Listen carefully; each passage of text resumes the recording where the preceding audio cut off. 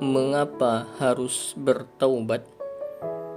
Karena manusia tidak ada yang sempurna. Adakah di dunia ini manusia yang steril? Baik itu dari dosa ataupun dari kesalahan? Sudah barang tentu tidak ada. Semua manusia pernah berdosa tanpa terkecuali. Manusia pertama, Nabi Adam alaihissalam, pernah jatuh dalam kubangan dosa. Itu karena watak manusia sejatinya memang menjadi tempat salah dan lupa. Meskipun watak dan tabiat manusia adalah salah dan lupa, alasan tersebut tidak boleh dijadikan sandaran untuk terus-menerus berbuat salah dan dosa. Seperti yang kita ketahui, semua manusia mempunyai nafsu untuk berbuat taat dan untuk berbuat maksiat. Keinginan nafsu untuk maksiat dan durhaka adalah musuh pertama dari bagian tentara iblis. Karena kekuatan setan terletak pada nafsu. Jangan memberikan kesempatan pada nafsu untuk menghayalkan sesuatu yang penuh dengan tipu daya. Ciri khas nafsu adalah merasa enak, santai, malas, dan lalai. Semua ajakan itu adalah sesat, meskipun sepintas terasa enak. Jika kita mengikuti keinginan nafsu, hancur leburlah kehidupan kita. Orang yang bermain-main dengan nafsu akan hanyut ke sana dan berat untuk keluar dari jeratnya. Nafsu yang diikuti hakikatnya sedang mengajak kepada neraka. Nafsu tidak bisa diajak ke arah kebaikan. Dia merupakan sumber bencana dan malapetaka yang terjadi di bumi ini. Tugas kita bukanlah menuruti nafsu, melainkan mengendalikannya di bawah kekuatan kita. Jadi, orang-orang yang berakal seharusnya bertaubat atas dosa-dosa yang telah dikerjakan. Allah Subhanahu wa taala berfirman di dalam surah Al-Jathiyah ayat 23, "Tidakkah engkau memperhatikan orang-orang yang menjadikan nafsu sebagai tuhannya yang ditaati?" Dengan demikian, siapapun yang mengikuti kehendak nafsu berarti ia telah menjadi hamba nafsu. Sementara itu, barang siapa yang mampu mengendalikan nafsu, dia telah menang dalam berjihad. Nabi Sulaiman alaihissalam pernah berkata, "Sesungguhnya pekerjaan mengalahkan nafsu lebih berat daripada menaklukkan sebuah kota sendirian." Ali bin Abi Thalib juga pernah berkata, "Siapa yang berhasil mengendalikan nafsu, hidupnya akan diselimuti dengan rahmat dan kemuliaannya akan diangkat. Barang siapa yang mengeluh-elukan nafsu, hidupnya akan penuh dengan laknat dan tidak akan bebas dari siksa kubur." Yahya bin Mu'az punya resep tersendiri untuk menundukkan nafsu. Perangilah nafsumu dengan melakukan ketaatan dan latihan untuk sedikit tidur, sedikit makan, sedikit bicara, dan sabar dari bencana. Itu semua bisa membuat derajatmu semakin tinggi. Abu Bakar As-Siddiq juga pernah berkata, "Setelah masuk Islam, aku tidak pernah lagi merasakan kenyang. Semua ini agar aku bisa merasakan manisnya ibadah kepada Allah. Banyak makan membuat semangat beribadah menjadi sirna, karena badan menjadi berat untuk bergerak dan mata selalu ingin tidur." Rasulullah SAW juga pernah berkata, "Jangan membunuh hatimu dengan memperbanyak makan dan minum. karena hati pun bisa mati seperti matinya tanaman yang terlalu banyak air.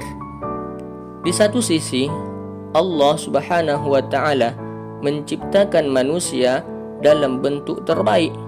Allah memperindah penciptaan manusia dan meniupkan roh padanya. Allah lalu menyuruh malaikat bersujud kepada manusia, mengistimewakan manusia dengan akal dan ilmu pengetahuan, serta mempersembahkan semua apa yang ada di langit dan di bumi diperuntukkan bagi manusia.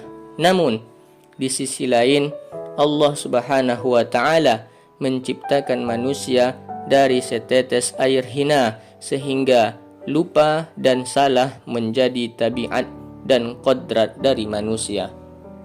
Menurut Dr. Yusuf Qaradawi, manusia itu terdiri atas dua unsur, yaitu unsur bumi dan unsur langit. Unsur bumi bermakna bahwa manusia tercipta dari tanah, sementara unsur langit memiliki maksud bahwa ruh manusia berasal dari langit, sehingga saling tarik antara bawah bermaksiat dan atas atau taat dan melakukan perbuatan mulia. Rasulullah SAW bersabda, setiap anak cucu Adam pasti pernah berbuat dosa, namun sebaik-baik manusia yang pernah berdosa ialah mereka yang mau memperbaiki diri dan bertaubat kepada Allah Subhanahu wa Ta'ala. Dengan demikian, sikap dan watak anak cucu Adam itu segera bertaubat jika berbuat dosa.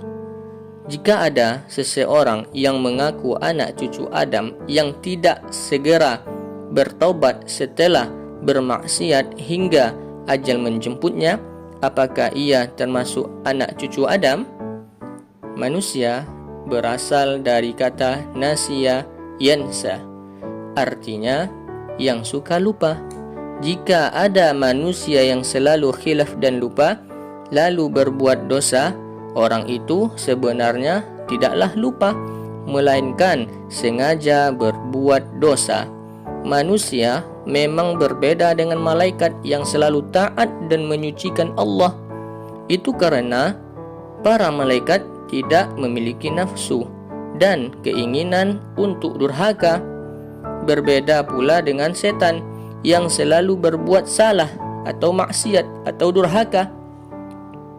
Manusia berada di antara dua sisi itu, malaikat dan setan. Kadang taat, tetapi di lain waktu bermaksiat. Jika manusia itu benar-benar taat, ia bisa lebih mulia daripada malaikat. Sebaliknya, jika selalu bermaksiat tanpa bertaubat, ia bisa lebih hina daripada setan dan iblis. Yang kedua, mengapa manusia itu harus bertaubat? Karena dosa adalah penyebab bencana. Dosa itu ibarat racun di dalam tubuh yang dapat melumpuhkan bahkan mematikan seseorang. Jadi, setiap maksiat yang dilakukan, setiap dosa yang diperbuat, pada hakikatnya si pelaku sedang mengundang turunnya bencana dan malapetaka. Bukankah Nabi Adam dan Hawa keluar dari surga disebabkan melanggar perintah Allah? Bukankah iblis dilaknat dan diusir dari kerajaan langit karena tidak mau mengikuti perintah Allah?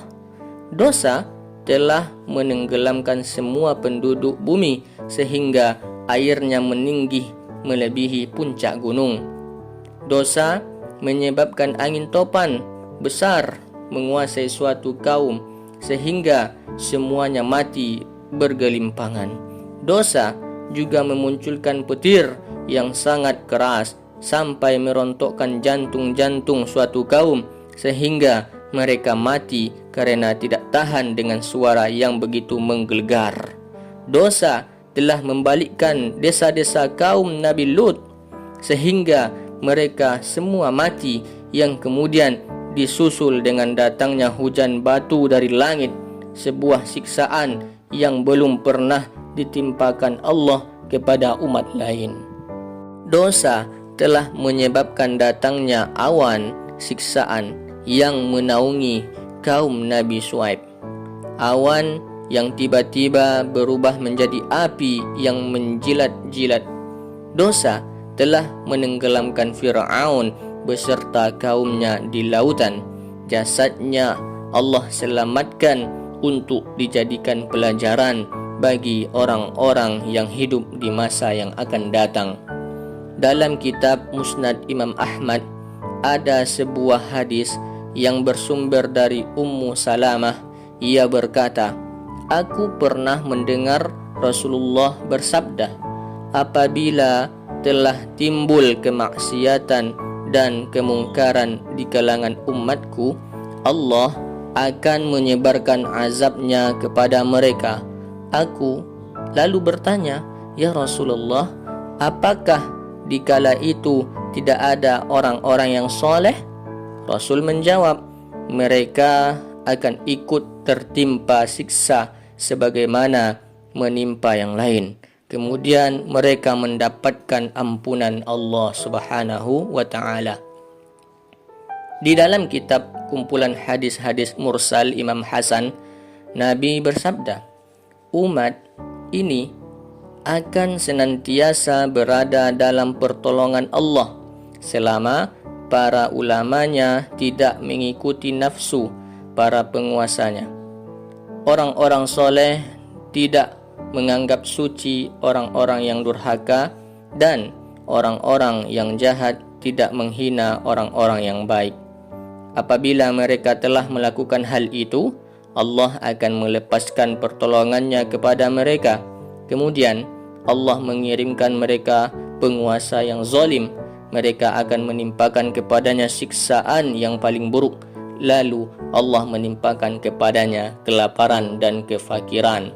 Rasulullah sallallahu alaihi wasallam juga pernah mengatakan dalam sebuah hadis yang bersumber dari Thauban, sesungguhnya seseorang akan terhambat rezekinya akibat dosa yang telah dia lakukan.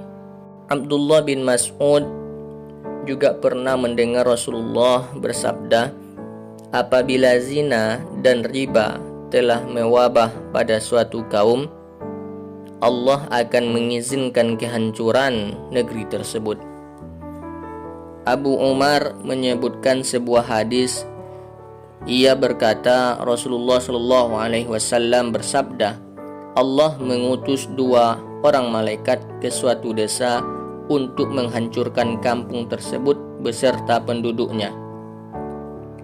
Setelah sampai pada kampung tersebut, mereka menemukan seorang lelaki yang sedang melaksanakan sholat di masjid. Malaikat-malaikat itu kemudian berkata, "Ya Allah, di sana ada seorang hamba yang sedang sholat."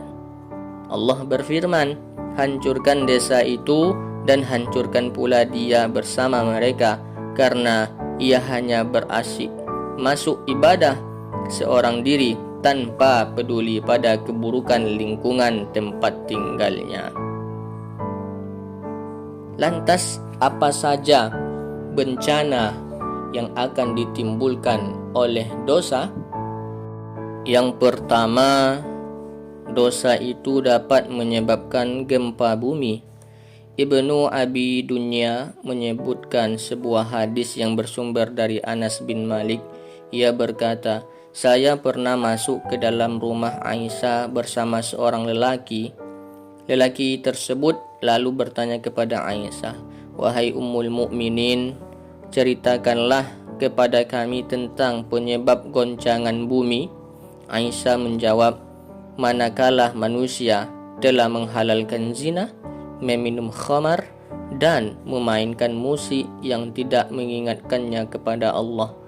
Allah yang bersemayam di atas langit lalu berfirman kepada bumi, 'Wahai bumi, bergoncanglah kamu beserta mereka sehingga mereka mau bertaubat dan menghentikan segala perbuatan dosanya. Jika tidak, hancurkanlah mereka. Lelaki tersebut bertanya lagi, "Wahai Ummul Mukminin, apakah yang demikian itu merupakan siksaan bagi mereka?" Aisyah menjawab, "Sebagai pelajaran bagi orang yang beriman agar jangan berdiam diri ketika melihat dan menyaksikan kemungkaran, juga sebagai siksaan bagi orang yang durhaka."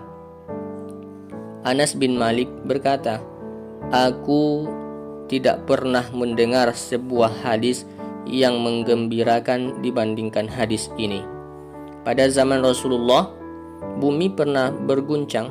Beliau kemudian meletakkan tangannya di atas bumi seraya berkata, "Tenanglah engkau wahai bumi, belum saatnya terjadi kehancuran." Beliau kemudian berpaling kepada para sahabat sambil berkata, "Ketahuilah bahwa Allah sedang memberikan teguran kepadamu, maka ambillah pelajaran dari kejadian yang berharga ini." Gempa terjadi lagi pada zaman Umar bin Khattab. Dia berkata, "Wahai sekalian manusia, gempa bumi ini tidak akan terjadi kecuali karena kalian berbuat dosa. Demi zat yang diriku berada dalam kekuasaannya, jika bumi ini bergoncang lagi, aku akan membenamkan kalian di bumi untuk selama-lamanya." Ka'ab mengatakan, terjadinya gempa bumi yang sampai menggetarkan orang-orang adalah ketika manusia telah banyak melakukan kemaksiatan di atas bumi. Ini terjadi karena bumi takut kepada Allah. Teman-teman, yang kedua, dosa itu dapat menyebabkan solat hilang. Ulama salaf berkata, tidaklah seorang itu kehilangan kesempatan untuk solat berjamaah kecuali karena dosa yang dia lakukan. Seorang ulama pernah berkata, "Kemaksiatan yang aku lakukan berpengaruh terhadap perilaku hewan, kendaraanku, dan istriku." Seorang bertanya kepada Hasan, "Aku melewati malam dalam keadaan sehat. Aku pun selalu ingin solat tahajud, tetapi tidak pernah terwujud. Ada apa gerangan?" Hasan menjawab, "Dosa-dosamu menghalangimu untuk qiyamul lail." Sufyan Tsauri juga pernah berkata, "Aku tidak pernah absen dari solat malam, namun aku pernah tidak bisa tahajud selama 5 bulan karena sebuah dosa yang aku lakukan." Ia lalu ditanya, "Dosa apa yang menghambatmu untuk tahajud?" Ia menjawab, "Aku melihat seseorang menangis dalam solatnya, lantas aku berkata dalam hati, orang ini ria." Banyak umat dan penduduk suatu negeri yang dianugerahi rezeki melimpah, kesejahteraan hidup, kesehatan jasmani, dan ketentraman. Namun, mereka malah mendurhakai Allah Subhanahu wa taala dan menyimpang dari jalan dan petunjuk Allah. Akibatnya, datanglah siksa dan bencana tiada henti kepada mereka. Dalam surah An-Nahl ayat 112 dan 113, Allah memberikan pelajaran kepada saya, Anda, dan penduduk negeri ini untuk mewaspadai kemungkinan-kemungkinan buruk yang akan terjadi sebagai akibat dan kufur terhadap seluruh bentuk nikmat Allah. Allah telah membuat suatu perumpamaan dengan sebuah negeri yang dahulunya aman lagi tentram. Rezeki datang kepada mereka dengan melimpah ruah dari segenap tempat, tetapi penduduknya mengingkari nikmat-nikmat Allah. Karena itu Allah menimpakan kepada mereka bencana kelaparan dan ketakutan disebabkan apa yang mereka perbuat. Dan sesungguhnya telah datang kepada mereka seorang rasul dari mereka sendiri, tetapi mereka mendustakannya. Karena itu mereka ditimpakan azab dan mereka adalah orang-orang yang zalim. Al-Quran Surah An-Nahl ayat 112 sampai 113. Ayat ini sedang menjelaskan kondisi negeri Sabah yang sangat subur, makmur, namun limpahan rezeki itu tidak membuat mereka bersyukur. Mereka malah durhaka dan kufur terhadap nikmat Allah. Allah pun menurunkan kepada mereka siksaan berupa kelaparan dan ketakutan akibat dosa-dosa mereka perbuat.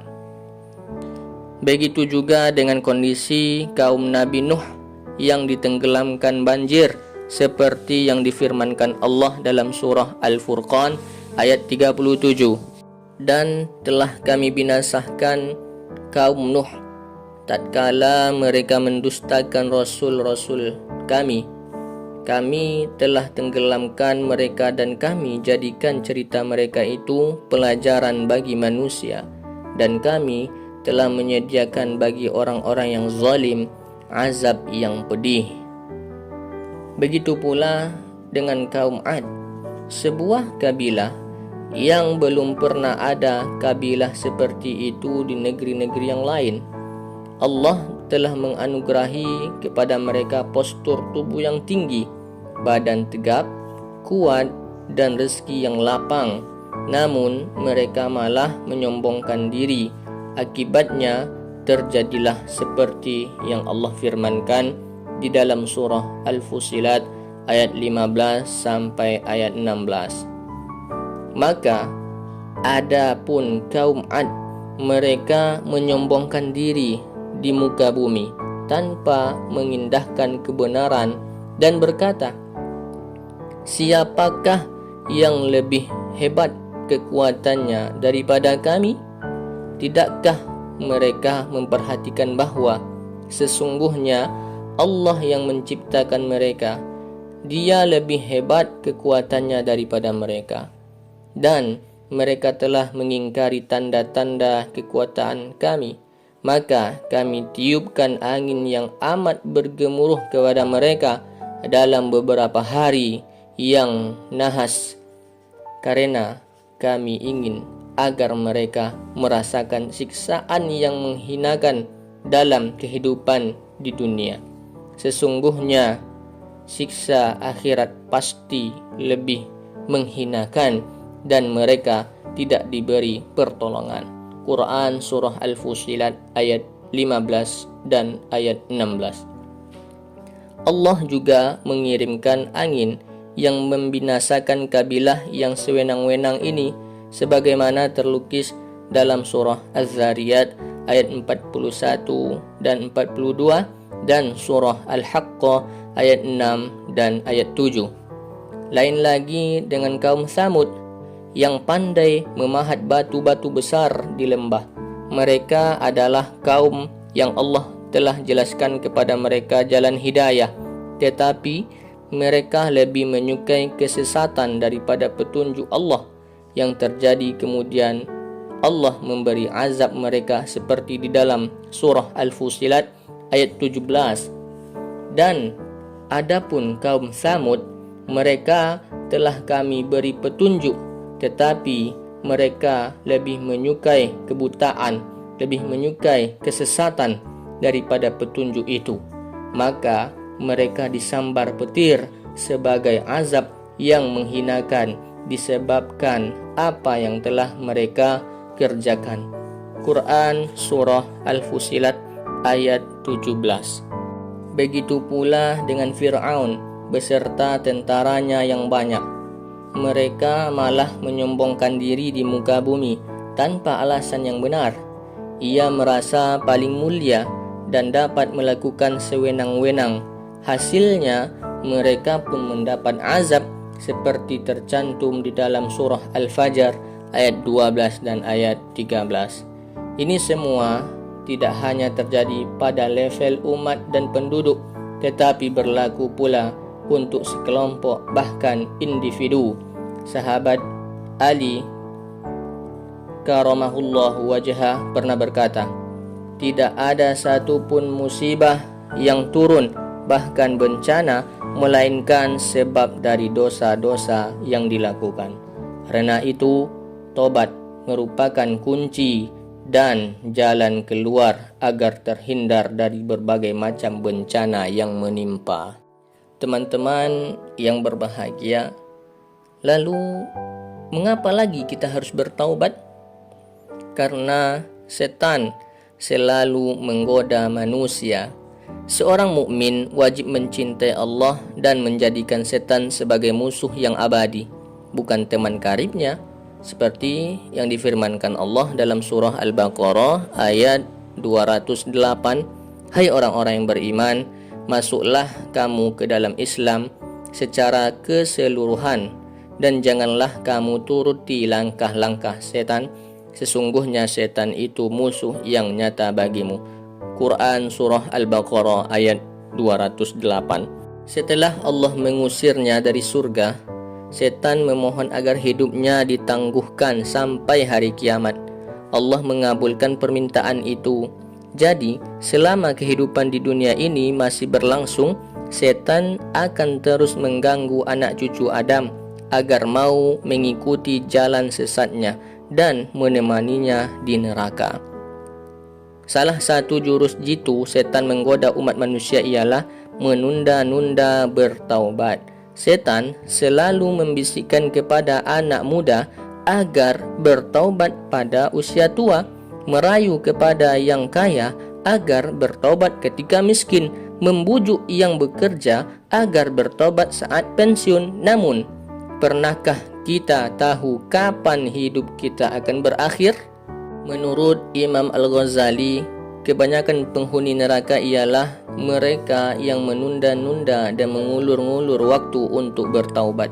Padahal, taubat itu harus secepat mungkin dilakukan, bahkan harus terburu-buru, seperti tergesa-gesanya seorang yang hendak menyalip kendaraan karena kepentingan untuk sampai pada suatu tempat yang dituju. Seorang bertanya kepada Hasan, "Hai Abu Sa'id, apakah setan itu tidur?"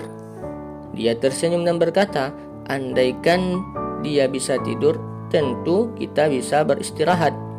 Kata Hasan, "Kalau seperti itu, orang Islam tidak ada yang selamat kecuali yang mendapatkan hidayah Allah Subhanahu wa ta'ala."